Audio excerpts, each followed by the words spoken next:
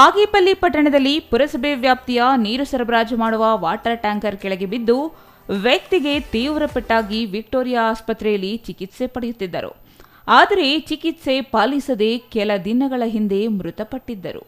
ಇದೀಗ ಪುರಸಭೆ ಬಜೆಟ್ ಸಭೆಯಲ್ಲಿ ಸದಸ್ಯರು ಇದರ ಪ್ರಸ್ತಾವನೆ ಮಾಡಿದ್ದು, ಸಭೆಯಲ್ಲಿ ಮೃತರ ಕುಟುಂಬಕ್ಕೆ 20,000 ಸಹಾಯಧನ ನೀಡಲು ಅಂಗೀಕಾರವಾಯಿತು.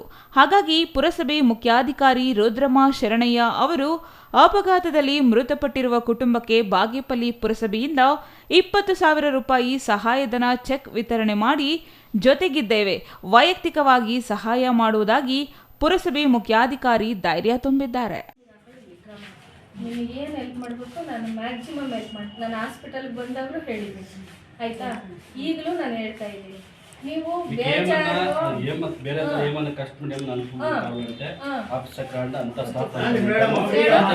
ಕೇಳಮ್ಮ, ನಾನು ಒಬ್ಬಳೇ ಅಲ್ಲ, ನನ್ನ ಆಫೀಸಲ್ಲಿ ನನ್ನ ಸ್ಟಾಫ್ ಎಲ್ಲ ಸೇರಿ 100 ಜನ ಸಿಬ್ಬಂದಿ ಇದ್ದೀವಿ. ನೀನು ಇದೇ ಟೌನಲ್ಲಿ ವಾಸ ಇದೆಯಾ, ಆಯಿತಾ? ನನ್ನಿಂದಲೇ ಹೆಲ್ಪ್ ಆಗ್ಬೇಕಂತ ನನ್ನ ಪರವಾಗಿ ಇವರೆಲ್ಲರೂ ನಿನ್ಗೆ ಹೆಲ್ಪ್ ಮಾಡ್ತೀನಿ. ನಾನು ಹಾಸ್ಪಿಟಲ್ಗೆ ಬಂದಾಗ ಇದೇ ಮಾತು ಹೇಳಿದ್ದೀನಿ, ನಿನ್ ಮಗಳೆಲ್ಲ 100 ಜನರ ಮಾತಿಗೆ ತಲೆ ಕೆಡಿಸ್ಕೋಬೇಡ.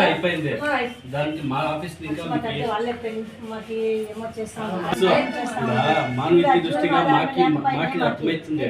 దానికి మీకు మా ఆఫీస్ కి ఏమని అనుకుని కావాలంటే మా ఆఫీస్ లో మేమంతా ఉంటాము.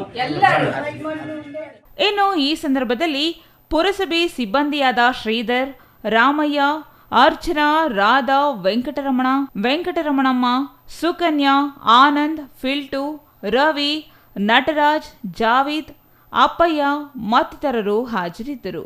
Subbu, CTV news, Bagepalli.